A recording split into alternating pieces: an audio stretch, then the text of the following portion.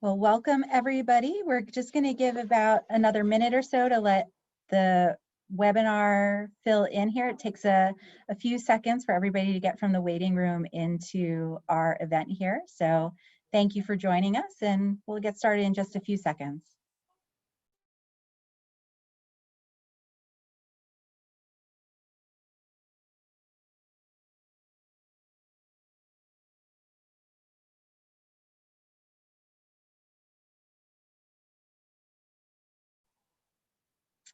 All right, seems like we have a good group of people here in the room, so we'll go ahead and get started.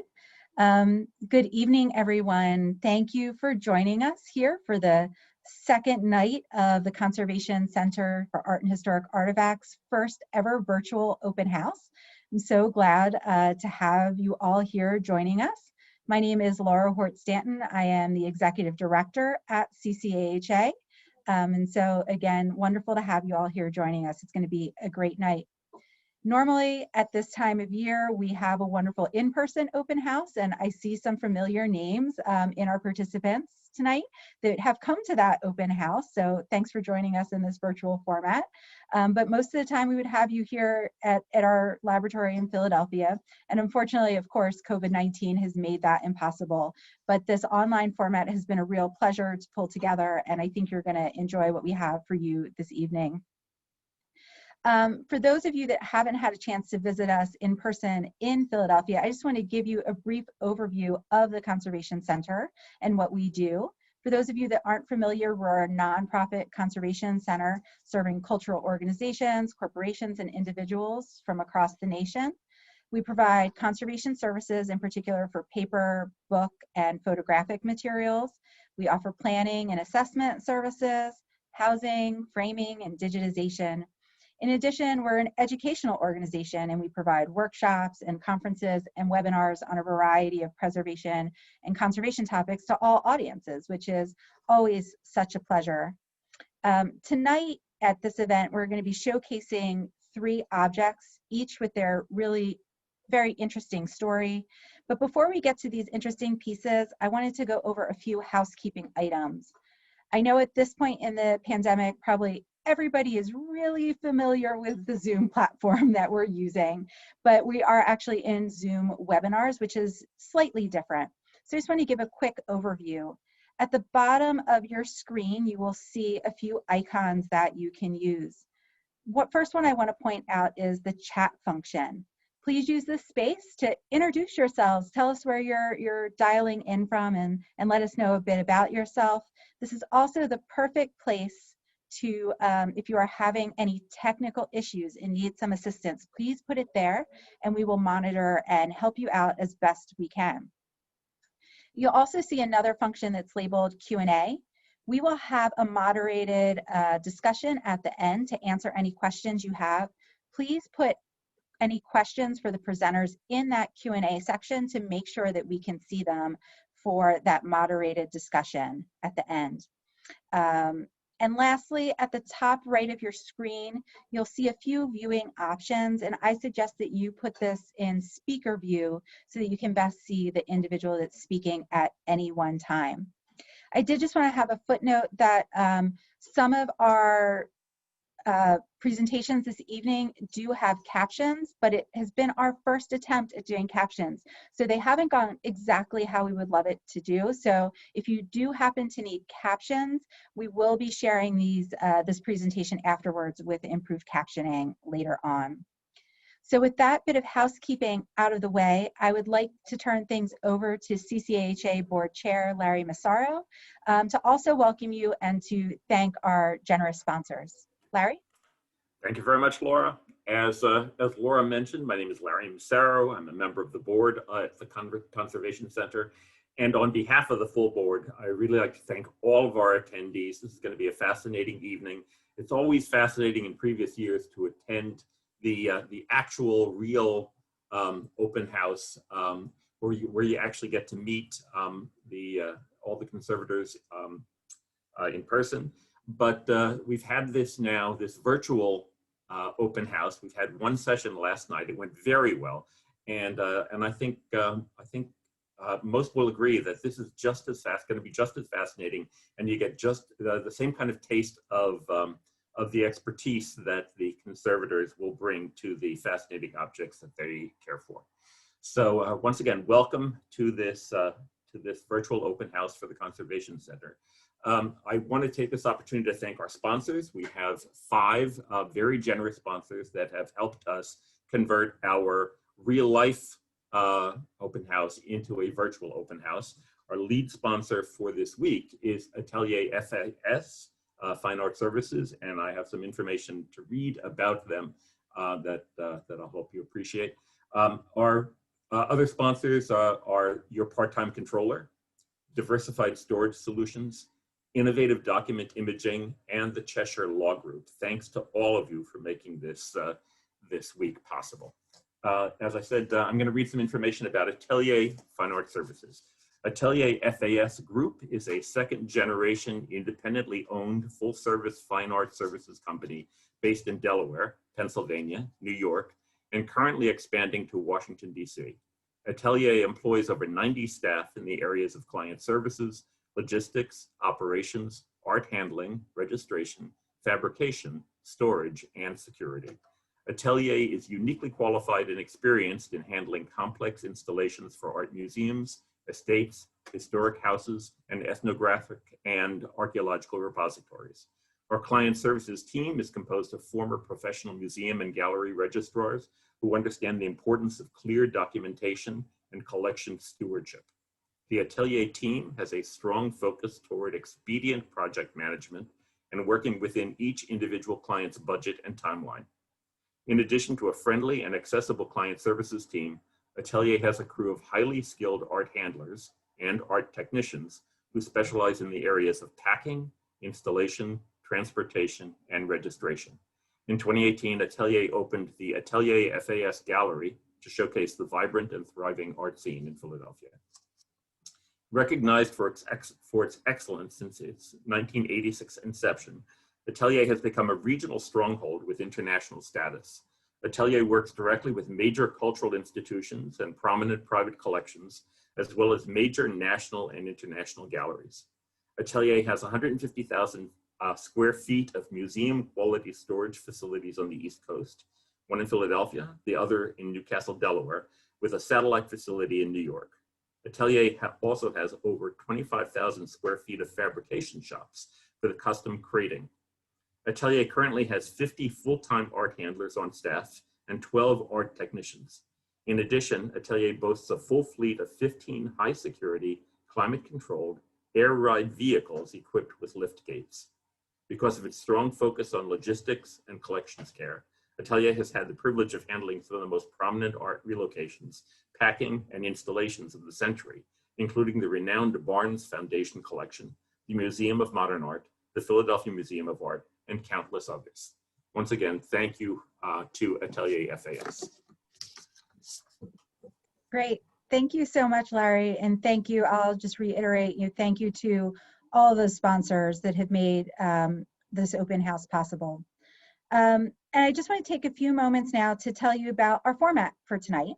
In order to give you the best view of the collections that we're going to be talking about and that we wanted to share, what will follow are 3 short recorded segments about each object. Each one is between 5 and 10 minutes this evening. After the recorded segments, as I mentioned earlier, we'll have a live Q&A session and hopefully have a lively discussion about the collections that were profiled. So again, I encourage you all, please put your questions in the Q&A. We want to answer any questions that you may have and have that great discussion at the end of the session. So now what I'd like to do is to have Zach Dell'Orto, our Manager of Housing and Framing at CCHA, to introduce himself and the object that he'll be profiling in the video. So Zach. Hi everyone, my name is Zach Dell'Orto. I am, as Laura said, I'm the Manager of Housing and Framing at CCHA. And that's a department that really gets to see a lot of really interesting artwork. Basically, anything that comes through the lab for conservation treatment gets some sort of housing. And so it's a really, it's a department that really gets to see a wide variety of everything that comes through the conservation lab.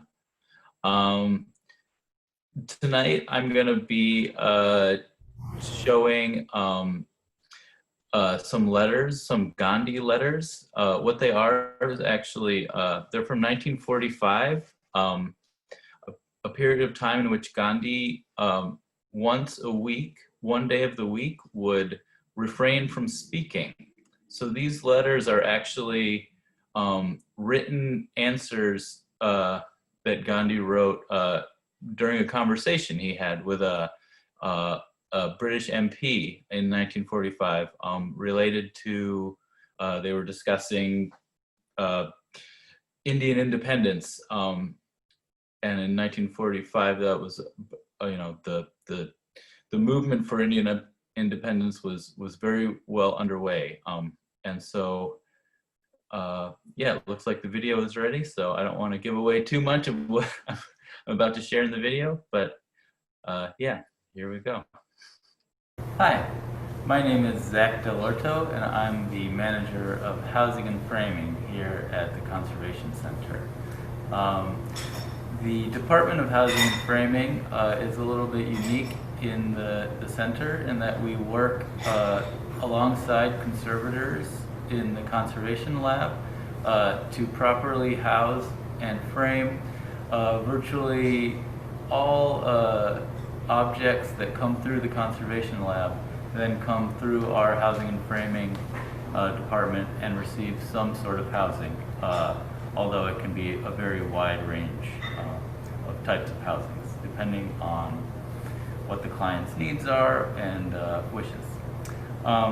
Today, I'm going to show you an object that is framed. This is the completed framed housing. These are a couple of objects related to Mahatma Gandhi, dating to 1945. And what we have here are two letters that were written by Gandhi in a conversation that he had with British Member of Parliament Tom Corbyn. Now, at this point in Gandhi's life, he was practicing one day a week in which he did not speak. He took a vow of silence. So actually what we have here is not so much a letter or two letters from Gandhi, but rather this is Gandhi's side of a conversation that he carried out with a member of parliament in which the MP spoke with him, and then Gandhi wrote his responses down and handed them to Tom Corbyn. So what we have here is some handwritten responses by Gandhi relating to Indian independence.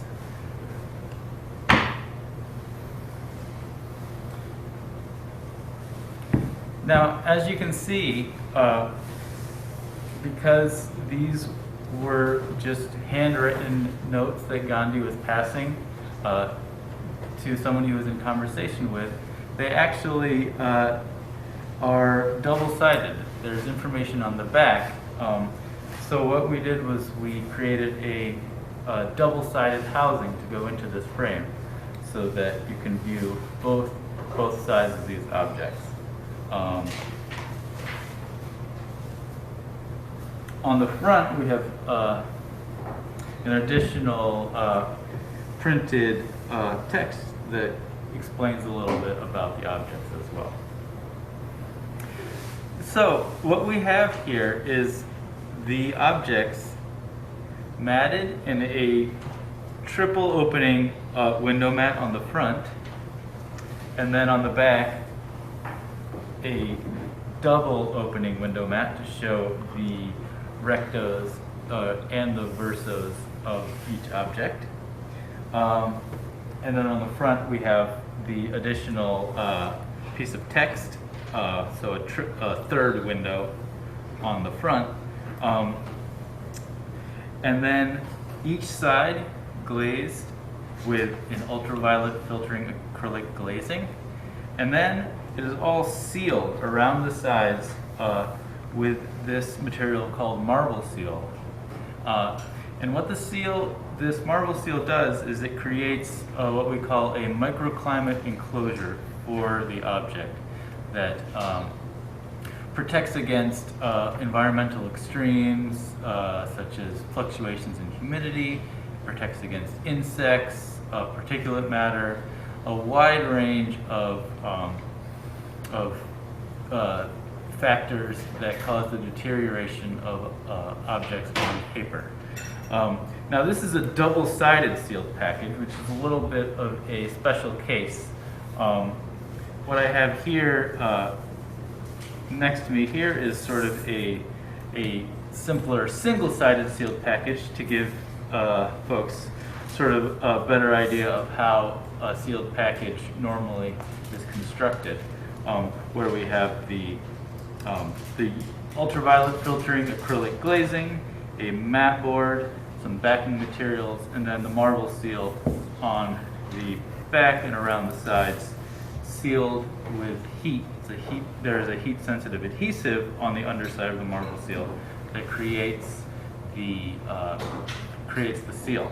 Now, the sealed package is then able to be fastened into a frame, and at that point looks no different than any other framed artwork, but with the added benefit of having that sealed microclimate that really ensures that the object is going to be safe and secure well into the future.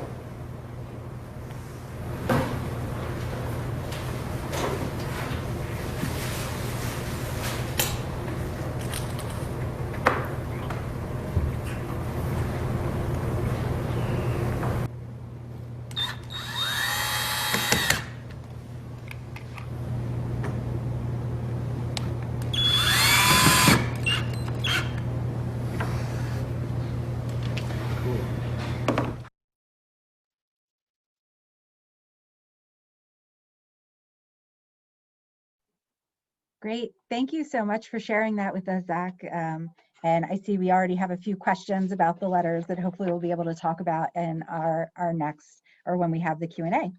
So next up, we have our Manager of Digital Imaging, Maggie Downing, with a very interesting collection of materials. Maggie, can you briefly introduce yourself and the collection while we get your video loaded? Sure, yes. So as Laura mentioned, my name is Maggie Downing. I'm the manager of digital imaging at the Conservation Center. And in this role, I work with clients to discuss their goals for digitization. So this may be something that's as simple as a high resolution scan of a document that's primarily at the Center for Conservation Treatment. But I also work with clients and institutions to create plans and digitize larger collections of library and archive materials, so that in that way the institutions can share their collections online. And that is what I will be discussing in this video here. This is a collection of materials that belong to the Edward Hopper House Museum and Study Center.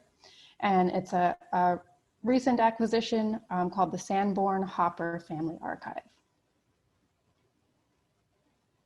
My name is Maggie Downing. I'm the manager of digital imaging at the Conservation Center.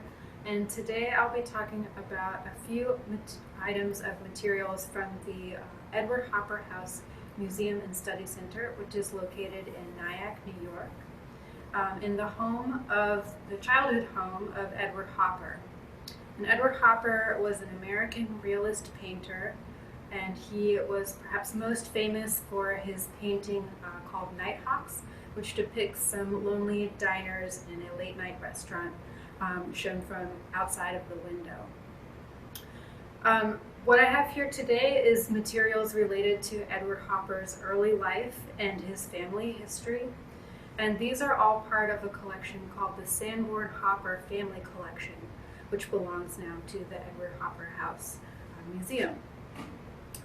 So this project came to the center by means of a NEH CARES grant, National Endowment for the Humanities, which funded a digitization plan and digitization capture of 350 items from the collection. So the first part of this project was a consultation and assessment of the materials that I did remotely due to COVID with the museum staff to look at the materials and come up with some specifications for digitization, including handling recommendations, file types that we would produce, file naming, and I also provided recommendations on long-term file storage for them. So once everything was kind of squared away in a written report, everything was ready to come to the center. And now that they're here, we already have a plan for them, which is wonderful. So we can really hit the ground running. The collection consists of a wide range of materials, including framed artworks and bound volumes and sketchbooks, diaries, and also over 100 letters. So I'll focus on this letter first. This is a letter that Edward Hopper wrote as a boy home from sleepaway camp, Camp Nyack. And on the back of the letter we have a very charming little sketch of the camp.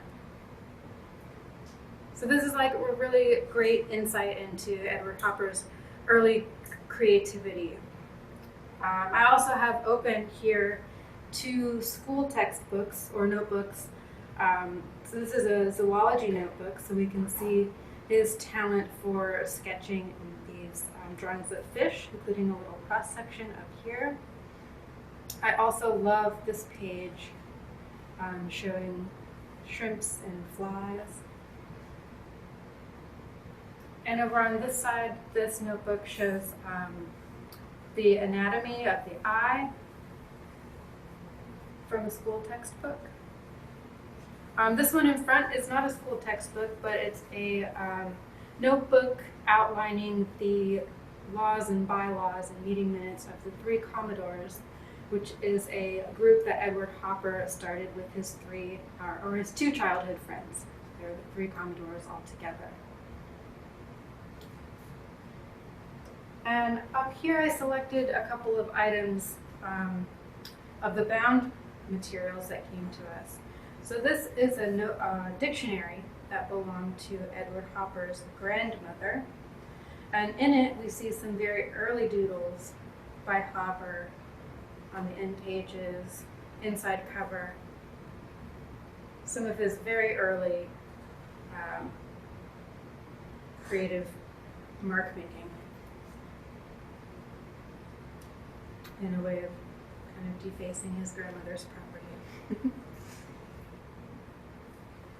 This is a diary that belonged to Marion Hopper, which is Edward Hopper's sister.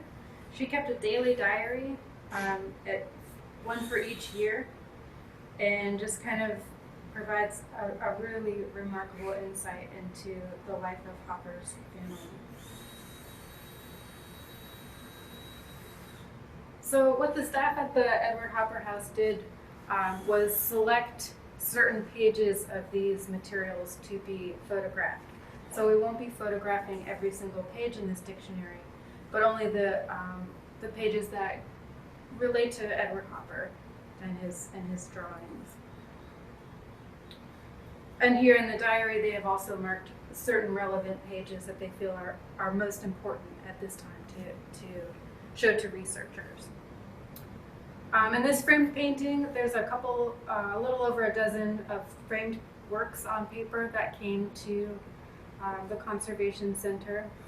This is a portrait of Elizabeth Griffiths, who was an older relative of Edward Hopper. This was painted in 1824. So when we're approaching a project like this that has different types of materials, we will digitize groups of like materials in similar ways. So we'll be separating out the framed pieces, the bound volumes, and the flat letters, and photographing them in groups. So that's going to be our approach to this here. The bound volumes will be photographed while being supported with a cradle. The framed pieces that will be shot in their frames will be lit in a certain way so that we don't have glare on the glass, and so we just get a nice clean image. And then the letters and flat materials are pretty straightforward as far as we'll just photograph them. And then, so to conclude the project, we'll be providing the Hopper House with a hard drive of the final images. And the work doesn't stop there, because they will be then adding a lot more contextual information in the form of descriptive metadata. And then those images and all of that metadata will go onto their website, where it can be searched and discovered by researchers. So we are just a part of this project and the life of these objects and the life of these images to come. So we're very excited.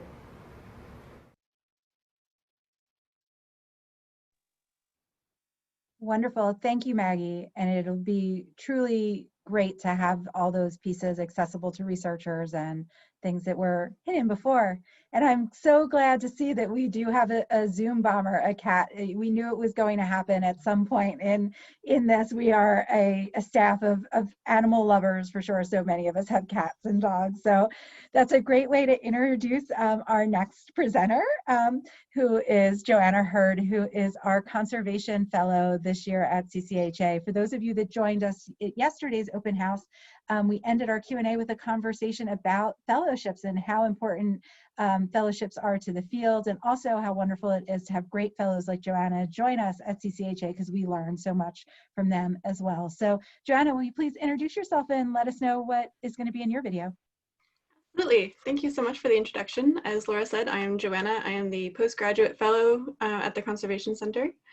I graduated from the Winter University of Delaware program in art conservation in August and started at the center in September. And I actually was here for my second year internship, so it's been really nice to be back and be with such a wonderful group of people. The object I'm going to be talking about today is actually an object that I'm really excited to share with everyone. So without further ado, I guess let's get to it. My name is Joanna Hurd, and I am the postgraduate fellow here at the Conservation Center. For Open House, I want to share with you an object that has brought a lot of smiles to all of us here since it came in a few weeks ago. The painting was conducted for a first grade art class, and our client is actually the artist himself. Gregg Silvis, in addition to a career as a librarian at the University of Delaware, has continued his artistic career and specializes in paper sculpture. And I think we can link to the website, and I highly recommend checking it out for yourself.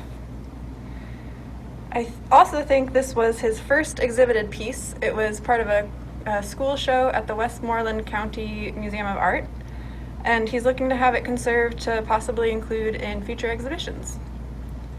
One of the things I love about this piece is how relatable it is. So many people have memories either gifting or receiving childhood masterpieces.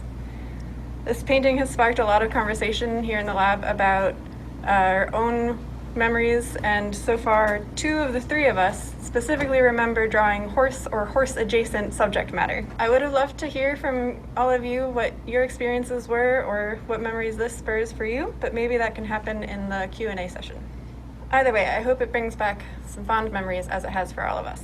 This also gives me an opportunity to share a firmly held belief of mine, which is that conservation is for everyone. Anything that holds value to someone is worth caring for.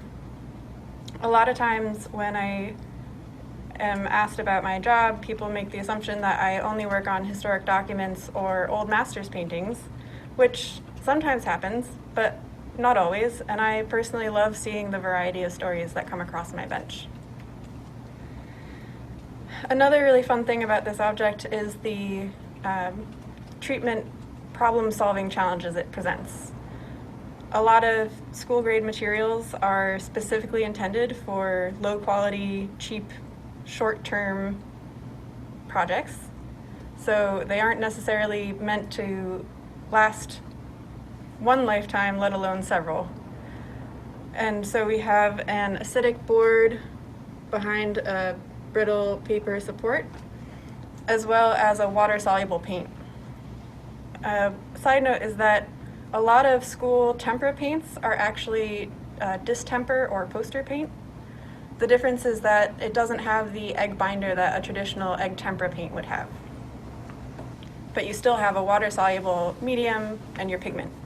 And the end result is a paint film that is very thinly bound, so the pigment particles are pretty happy to leave the surface if you give them an opportunity. So this means that I need to be careful about manipulation because of the weak support. And I also need to be careful about abrasion to the surface and bringing too much water to the surface during treatment.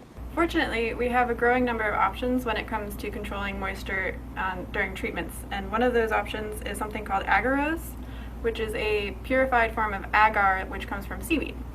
And then we also have Bondina, which is a non-woven polyester sheet with an ultra-smooth surface and is perfect for treatment of a sensitive object like this paint. We're still discussing whether and what type of treatment will be conducted, but I think there's a lot we can do to improve this piece. Once the paper is lifted from the acidic board, which you can see it's already doing a little bit on its own, which was very kind of it, we can line it with a more stable paper, which will also give us an opportunity to realign all of these tears. We could do some cosmetic work, such as filling losses in the paint. There's some puncture marks throughout that we can fill and then in paint. So there's a lot that could be done, and I'm excited to see what happens with this one. To me, this is an object of potential, both in terms of potential for improvement with treatment and potential of childhood artists. So it's been really great to learn this story, and I really enjoyed sharing it with you. Thanks so much. Wonderful. What a fun piece. And I'm not sure if he's still here, but I did see the artist himself as one of our participants this evening. So I hope you enjoy seeing your piece presented that way. Wonderful. So I hope everybody enjoyed learning all about these objects as much as I did. Again, I encourage you to put your questions in the Q&A. And I see that we have some there already. So now I would like to ask Zach and Maggie, and I see Joanna, you still have your camera on to join us for the Q&A. And tonight's Q&A session will be moderated by CCAHA board member Alison Gilchrest. Alison is the Director of Applied Research and Outreach at the Yale Institute for the Preservation of Cultural Heritage. And Alison previously oversaw the Mellon Foundation's grant portfolio for art history, conservation, and museums in the Arts and Cultural Heritage Funding Program. And prior to joining Mellon, she held conservation and art historical research positions at the Philadelphia Museum of Art, the National Gallery of Art, and the Metropolitan Museum of Art. So we truly appreciate Alison's board service and also for agreeing to moderate our Q&A this evening. So now I'll turn things over to you, Alison. Good evening, everybody. Thank you so much for joining, and I hope you enjoyed those presentations. We're really excited to see the chat's already fired up, the Q&A. Both.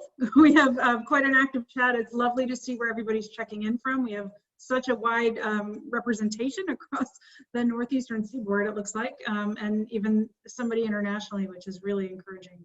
The questions have come in the order of the presentation, so I'm gonna take them in those orders, and hopefully as we speak and get engaged in conversation, it might stimulate even some more questions for our panelists tonight.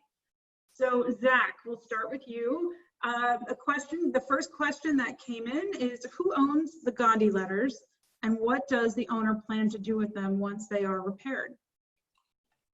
Well, the owner is a private client that unfortunately wished to remain anonymous, so we're not able to share that information with folks, unfortunately. So I don't want to speak too much about what their intentions are either without their permission. Yeah, so that's something we definitely take very seriously here at the Conservation Center, is our client's discretion. So we're only going to share information that the clients are comfortable sharing. So yeah. Do you know what kind of paper was used by Gandhi in the letters?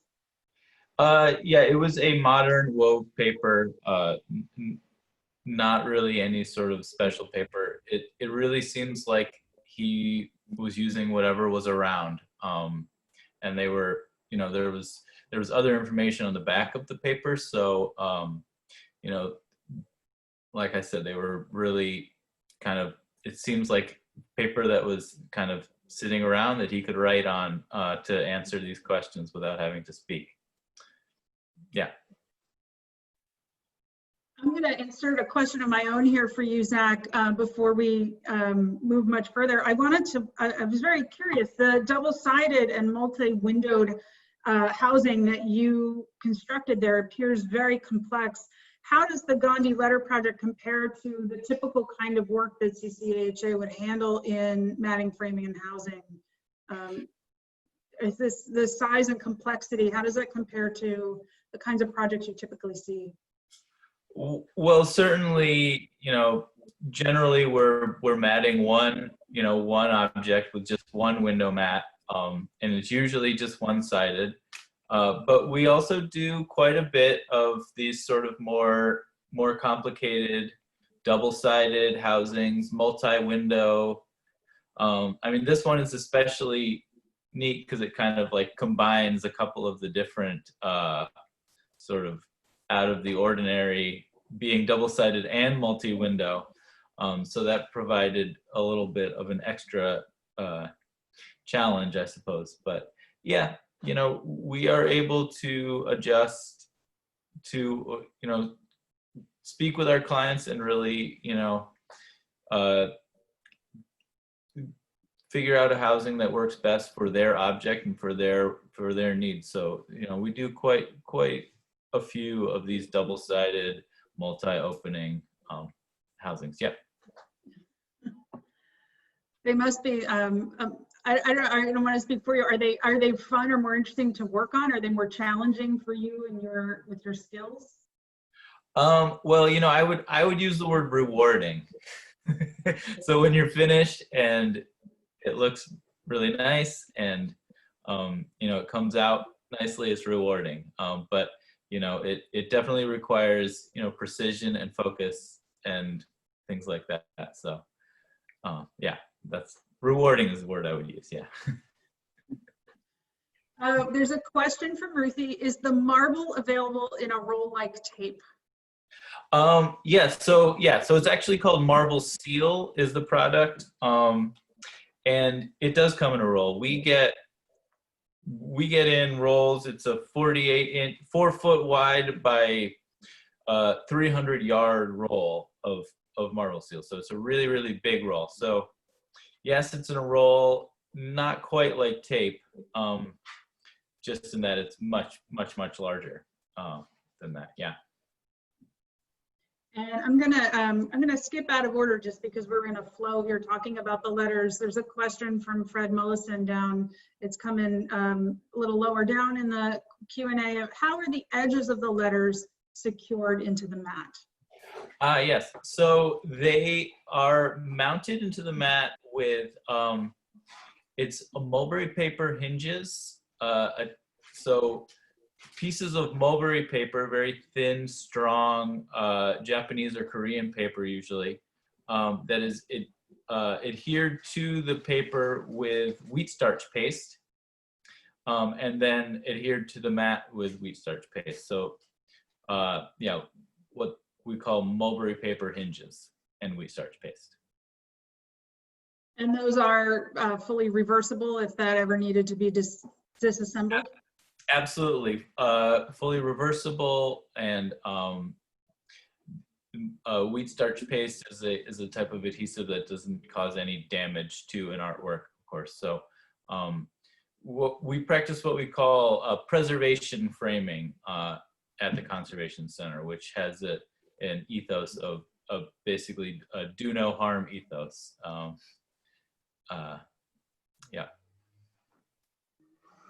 Zach, thank you so much. You were very game to take all of our listeners, our attendees' questions, and also a few of my own that I threw in there conversationally. I think we're going to give you a little bit of a rest and move on. We have a number of questions for Maggie. Maggie, can you please explain your process for doing the assessment of the Hopper material remotely? This question comes from Bacha Bell. Sure. So the digitization assessment and resulting plan, that process starts with a questionnaire in which we ask some preliminary questions to kind of get a sense of the goals of the client for the final images. So in this case, the Hopper House wanted to make their images available on their website. And then eventually through aggregating collection sites like NewYorkHeritage.org and the Digital Public Library of America. So understanding their goals, I'd then recommend file specifications, including the resolution to scan at, file types that are going to be stable for long-term preservation. And then usually I would travel to see the collection and kind of identify any handling issues or condition issues that may affect the amount of time it takes to digitize something. So this could be items that are in brittle condition or photographic materials or anything that's bound that's kind of tricky to handle, and kind of take that into account when we're putting together handling recommendations and also estimates for the amount of time and cost for digitization. But this one was done via Zoom, so it was a smaller collection, and they had a staff that was able to pull things out, representative items out that I could take a look at via Zoom, and then we also were communicating via phone and through photos as well. And that worked out pretty well for this collection because it was a relatively small collection of materials. And then this resulted in a written report with all of these recommendations for file specifications, handling metadata, and then also ongoing care of the digital files through digital preservation. So the report kind of covers not just our work that we do in creating the scans and the files, but their ongoing work in making the files accessible. Thank you. We have more questions for you, Maggie, from Great. Bonnie Cutchard. Next time, can you show us how the digitization works in the photography room? It's hard to visualize. Can you say a word about, I mean, obviously there's some practical reasons why that didn't happen, but how would you respond to that? Well, I wanted to show kind of an array of the images for this presentation. There's also just logistical challenges of filming in the digitization studio because it's very dark, and we light our items with strobes, strobe lighting, so it's generally stays pretty dark in the studio as we're doing the physical digitization. Yeah. So if a visitor was to come into that room, can you just sort of give a verbal description of what they might see? Certainly, yeah. So we work with a medium format digital camera, which is mounted to a copy stand, which is basically a tall pole and so the camera faces directly down onto a table where we have the object. And then to each side, we have two lights that face at a 45-degree angle to the table where the object is. So it's being lit evenly on both sides. So the object will either sit directly on the table, or if it's a bound volume, it will sit with supports of a cradle, with phone book cradles. The camera is wired to a computer, and we control everything, all of the capture with the computer. So we're able to click the shutter, we can zoom in and see if everything is in focus. We can do all of our file naming and cropping directly in the computer after we take the image.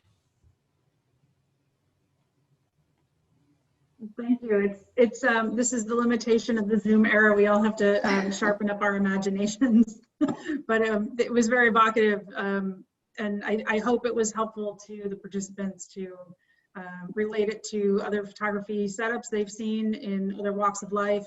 That CCAHA uses fairly standardized equipment and things that you would see in other studios, but is set up in a way that allows for very efficient and careful handling of the objects that come through. When you do handle the materials, This is an anonymous question. Some of the staff wear gloves and some don't. What are the quote unquote rules for when one should wear gloves? I'm not sure, Maggie, if you want to take that or if we should open that up to maybe all three of you, because you may have different perspectives given your different functions and specialties. Yeah, I can kick off, but maybe Joanna wants to chime in too. I usually take my cues from the conservator, but in general, it's safe to handle most paper materials with just clean hands. And that gives you a little more dexterity when you're handling fragile materials. So you're not sacrificing your dexterity by wearing gloves, so long as you have clean hands. There are exceptions to that all the time through in the lab, most notably anything that's photographic, because anything on your hands can make a fingerprint, and the oils can really disrupt the image. But again, I usually take my cues from the conservators when handling materials, so maybe Joanna wants to chime in too. Sure. This is a really great question, and it's something that comes up a lot in our field because each specialty kind of has its own tendencies when it comes to wearing gloves. And within the paper-based material specialty, and I swear this isn't a cop-out answer, but it really does depend. It depends on the material and its sensitivities, and then also when you're doing treatment, it depends on the sensitivity you need to do the treatment. So it's kind of a balance of how much feeling you have in your hands for the sensitivity of the treatment versus the sensitivity of the object and what it can take. And the majority of papers, as Maggie said, are pretty resilient and stable. So clean hands are actually often the safest because you do have that control and awareness while you're handling the object that you wouldn't necessarily have with gloves. So it's always a balance, but that's where we tend to come at the question for each object. And would you draw a distinction between rubber, nitrile, and cloth gloves? Yeah, so there for a while, people were really adamant that cotton gloves were the best thing for handling photographs. And then turns out that cotton can be abrasive and nitrile can still relay fingerprints through the gloves. So it is still a balancing act and really considering what you need to be doing with the object and what the gloves will be helping you to do with that. So there is a distinction, and each different type of glove has its pros and cons for each situation. So again, it's not a cop-out. It really does depend on each situation. I think cotton gloves aren't really that common at the moment for handling paper-based materials and photographs. And I think nitrile is kind of the go-to right now for general purpose handling of things that are sensitive or would be receptive to fingerprints and oils. But even then it's necessary to be aware that it's not going to be safe for everything. Zach, did you want to weigh in on the glove question, or are you in concurrence with your colleagues? I think they covered it pretty well. But yes, like they said, it really depends on a lot of factors. And like Maggie said, we're lucky, those of us that are not conservators are lucky to work alongside a lot of conservators, and we really take our cues from them when it comes to special cases and things like that. So we're lucky. Oh, sorry, I'm sorry. Have COVID safety protocols changed any of those considerations, or does that not change the glove calculation? No. Washing. So much hand washing. Right. So much hand washing. We normally wash our hands a lot anyways, under normal circumstances. So we're still doing that. And so in that way, the COVID protocols and the art conservation protocols really line up pretty well. So we're washing our hands all the time. Safety first. Well said. Back to Maggie, we have a question from Joanna. How do you prioritize what you would work on in the Hopper collection? So with this collection,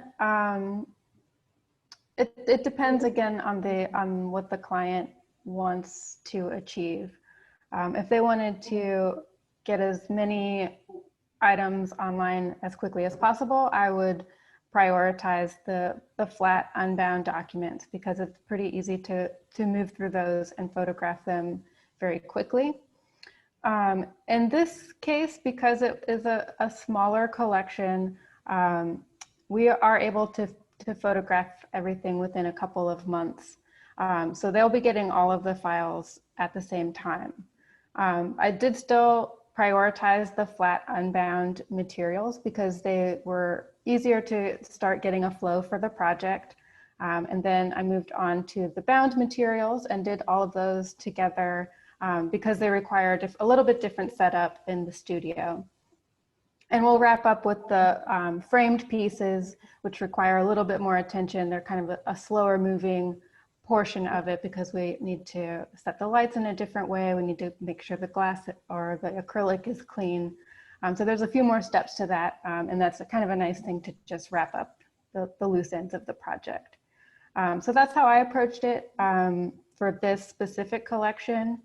With larger collection assessments that I work on, we look at all sorts of prioritization criteria depending on what the organization's goals are. So if they're planning around an anniversary, we might select materials related to the institutional history or the anniversary of the artist or the person that they're celebrating.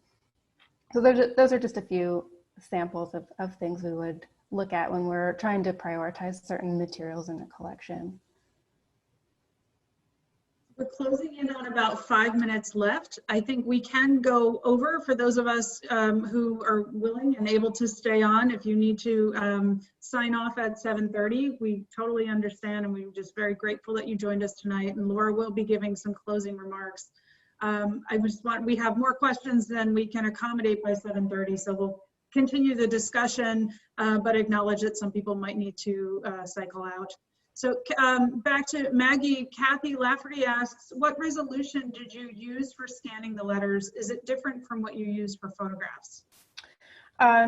Yes, so for the letters, for most of the materials in this collection, we scanned at a resolution of 400 ppi, which will allow you to zoom in and see a significant amount of detail in the letters. It's the same for the photographs, only there's only a few photographic prints in the collection that we will be scanning for this project. But we do adjust resolution depending on the type of material. So if it's a negative that's very small and you want to be able to see the detail, we'll scan that at a much higher resolution, either around 2000 ppi for a smaller negative or higher. But for these materials that I talked about today, we're scanning everything at 400.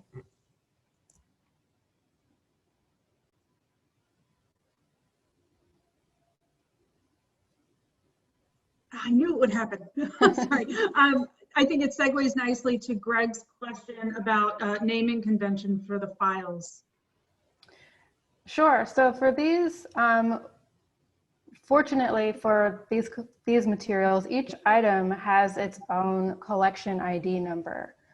So that kind of makes our work easy in determining a file naming specification. So we're just naming it with the collection ID and then a counter. So if it's a book that has multiple pages, it'll be the collection ID 1, 2, 3, 4.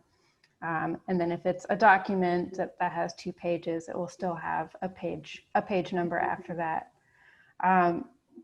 There's a lot to say about file naming conventions, but what we generally try to recommend is something that is simple, so that doesn't leave a lot of room for human error for the technician that's creating the file names, and something that can be kind of automated.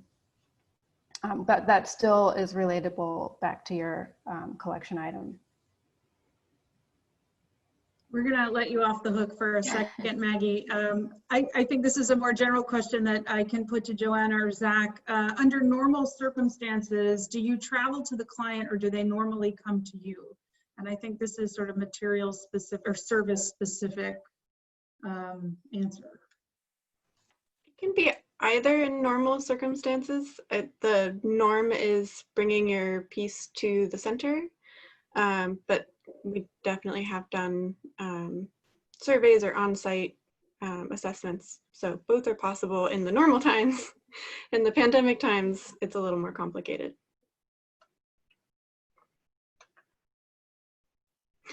Zach agrees. I think also, I think there's the conservation treatment services, the digitization services, but also the preservation assessments, which typically do take place on site at the client. Because it's really tailored to the specific needs of an institution and its environment. So I think it is really dependent on the service. Which I apologize to the person who asked the question. I'm not really sure in the sense that you meant it. If it was specific to digitization, Maggie, how would you answer it? I would agree that the norm is that the materials come to the Conservation Center for digitization. We can travel. It doesn't usually make sense unless there's like a large collection of materials that makes sense for the cost of the travel and the studio setup. But that is something that we can do. And then for surveys and assessments of collections, those are usually done at the client's facilities as well. Do you receive works that are shipped? If an institution or individual wanted to ship works to the center, is that a way by which you can receive work? Certainly, yeah. We work with a variety of fine art shippers that items can arrive that way. And we have also received items via FedEx as long as they are properly packed and shipped efficiently. So that's another way to get items to us. And insured. If you're doing insurance for shipping is a yes, insured consideration. Very critical. Bonnie Cotchard asks, how many other studios like you, like CCHA, are there in the USA, or are you the only one? I'm not sure who wants to answer that. Joanna, you. Oh, did I lit up? You lit up. We're not the only one. We are one of a few that I'm aware of, but regional centers, specifically for paper conservation, there are a handful of others on the East Coast. I'm not familiar with the West. Yeah, Laura, help us out here. Laura, why don't you buzz in on this one? Sure, I figured I would help everybody out on this one. We are one of 7 nonprofit conservation centers that are around the country. One was much earlier, founded in the 1950s, but the rest of us were founded in the 1970s, right around the time of the bicentennial, most of us with funding from the National Endowment for the Humanities, with the understanding that not every cultural institution had access to conservators and not every individual would have access to conservators. So we were all formed with the mission of being able to provide conservation and preservation services to those organizations and those individuals that would not otherwise have access. So, and that is still core to our mission and what we do today in serving small, mid-sized, and even large institutions as well as individuals. Thank you so much, Laura. That's one of my favorite aspects of my work with CCHA is getting to know, through my work at the Mellon Foundation, getting to know all of the regional centers and understanding what makes CCHA so special and distinct. And it's been a real pleasure to understand that history of how centers like this one really service the nation and were part of a bigger national structure and plan. When our country really was at a moment, an inflection point of really thinking about its history and how to resource cultural heritage. Deborah Mayer has a question for Maggie. How are digital files delivered to the owner? Generally on external hard drives for larger collections like this one. For smaller projects where it may be just 1 or 2 scans, that can be on a thumb drive, a USB drive, or a CD. We also deliver files by Dropbox, so it really kind of depends on what the client needs. But mostly for larger projects like this, they get the files on an external hard drive. We have cleared the Q&A, but I'm not going to let Joanna off the hook. I really want to return to her prompt and from her video about reflecting on those childhood works of art. Nobody took up your suggestion, but I'm curious to know if you've ever worked on, in any of your training or schooling or placements, have you ever worked on another work that was made with child artist materials? Have you ever encountered anything similar to this? Or do you think you ever will again? I hope I will again. I really do genuinely love seeing all of the variety and the challenges specific to school materials is, I think, a lot of fun. So I have not come across a first grade painting before. So this was an exciting opportunity for me. I have encountered, watercolor paints before or egg tempera paints, but there's something so uniquely identifiable about the elementary school paint. It's kind of its own thing completely. So yeah, it's new in some ways and not new in other ways, but it's really exciting to have in the lab. Well, on behalf of myself and Laura and all the other parents of young children who have a house full of such creations, although I have to compliment Gregg. I don't think my children produced anything quite as legible in first grade. And I should say, Nancy Ash has made a very great point in the chat that the materials used now in schools, they're similar in a lot of ways to self-taught artists and people who either don't have access or want to explore different media. So there is a lot of options when it comes to artist materials, and some people do genuinely prefer using school tempera paints because they like a certain feature of it. And that's totally valid, and I really love seeing it. So it's not unique in terms of temporary materials, but this has been my first grade horse. Thank you so much, Joanna. And thank you, Nancy, for chiming in. Nancy's also a fellow board member here at CCHA. So it's nice to see you in the chat. Good evening, Nancy. That is the conclusion of the Q&A portion. Thank you so much for all of your really generative questions, and thanks to the panelists for sticking with it. I know we're a little over time, so I'm going to toss us back to Laura to wrap us up for the evening. Great. Thanks so much, Alison, for spending your evening with us and moderating. And you're so true.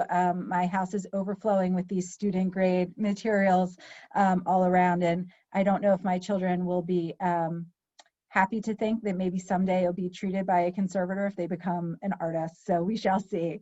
But also thank you, Zach, Maggie, and Joanna for being able to take the rapid fire questions that we had tonight and for the wonderful conversation that came from it.